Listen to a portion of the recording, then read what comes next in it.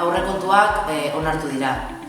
Barakaldoko udalak pasaren urtean hainbat erantzukizuna hartu zuen berdintasuna garatzeko beharrezkoak diren politika publikoetara behar diren baliabide ekonomikoak ematera.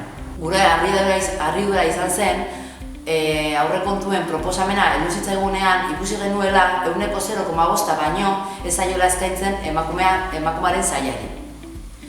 EH Bildu komisiora eraman zituen proposamen batzuk errealitate hau pixka bat aldatzeko. Gure proposamenen artean emakumearen batzordea eta emakumearen etxean sortzea eta autodefentsa feminista ikastaroak handitzea aipatzen ziren besteak beste.